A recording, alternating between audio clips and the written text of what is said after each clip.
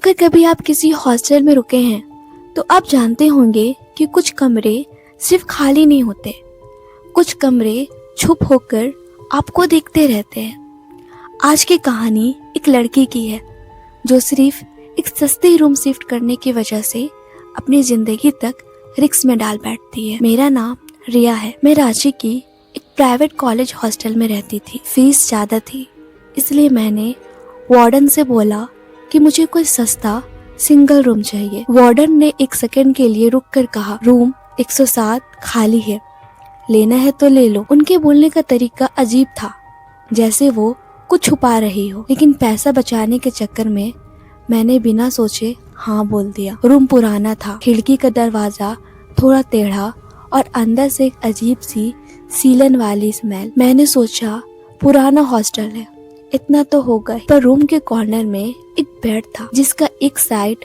पूरा नीचे की तरफ दबा हुआ था, जैसे कोई बहुत भारी चीज उस पर लंबे टाइम तक बैठी हो। उस वक्त मैंने ध्यान नहीं दिया, गलती यही हुई। रात को 1 बजे मुझे बेड के नीचे से एक खुरचने की आवाज आई। मैंने फ्लैशलाइट चलाकर नीचे देखा, लेकिन आवाज क्लियरली सुनाई दे रहा। मैंने अपने दिमाग को समझाया शायद चूहा होगा, पर अगर चूहा होता तो वो आवाज मेरे बेड को नीचे से हिला नहीं सकता था। हाँ, मेरे बेड से हल्की सी झटका लिया। मैं इतनी डर गई थी कि पूरी रात लाइट ऑन रखकर सोती रही। नेक्स्ट डे कॉलेज से आने के बाद मैंने डिसाइड किया कि मैं अपने फोन का कैमरा टाइम लैप्स मोड में छोड़ दूंगी। रात को पता चलेगा कि आवाज किसकी है। रात को जब वीडियो चेक किया, स्क्रीन थोड़ी देर तक नॉर्मल थी। फिर 2:47 AM पर कैमरा के सामने एक शैडो गुजरी, लड़की जैसी, लंबे बाल, और सबसे डरावना उसकी शैडो का कोई बॉडी आउटलाइन नहीं था, सिर्फ बाल हिल रहे थे। मेरे हाथ का फोन गिर गया। मैंने हॉस्टल के ग्रुप में पूछा, रूम 107 के बारे में कोई जानता है? एक सीनियर ने बस इतना रिप्लाई किया, वहां मत रुकना, कोई खुरचने की आवाज आए तो इग्नोर मत करना, किसी को नीचे मत झुक कर देखना। ये पढ़ते ही मेरी सांसें रुक गई। उन्होंने ये क्यों बोला, नीचे मत देखना, क्यों? अगले दिन क्लास से लौट कर देखती हूँ तो मेरी टेबल पर रखी एक फैमिली फोटो नीचे पड़ी होती है, लेकिन उल्टा। फोटो फ्रेम का ग्लास क्रैक हो चुका था, जैसे कोई बहुत जोर से उस पर हाथ मारा। रूम लॉक्ड था, मेरे अलावा कोई नहीं आ सकता था। मुझे बहुत अजीब लगा।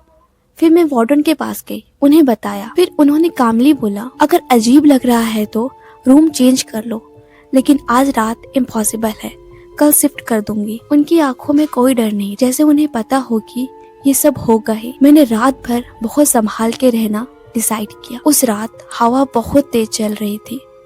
मैं बेड पर पड़ी थी, लाइट ऑफ करके जैसे तैसे सो रही थी कि बेड के नीचे से फिर वही आवाज। इस बार आवाज रुक ही नहीं रही थी। इस बार कोई नीचे से धक्का दे रहा था। बेड लिटरली हिल रहा था। मैंने हिम्मत करके टॉर्च पकड़ी, पर जैसे ही नीचे झुकने वाली थी, मुझे सीनियर का मैसेज याद आया, नीचे मत देखना। मेरे पैर जम गए। आवाज और तेज होती जा रही थी, जैसे कोई मेरा नाम फुसफुसा रहा हो, रिया रिया, बस एक बार देख लो।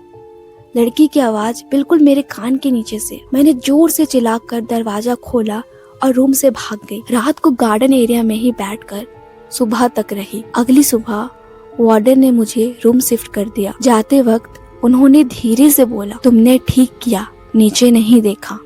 पिछली लड़की जिन्होंने 107 लिया था, उनको भी आवाजें आती थी। उन्होंने झुक कर देख लिया था और अगले ही दिन उनका मेंटल ब्रेकडाउन हो गया। आज तक काउंसलिंग चल रही है। वार्डन ने बस इतना कहा, उस रूम के बेड के नीचे कोई नहीं होता, लेकिन कोई होना चाहता है। अगर कभी आप एक पुराने कमरे में रुके और रात को बेड के नीचे से आवाजें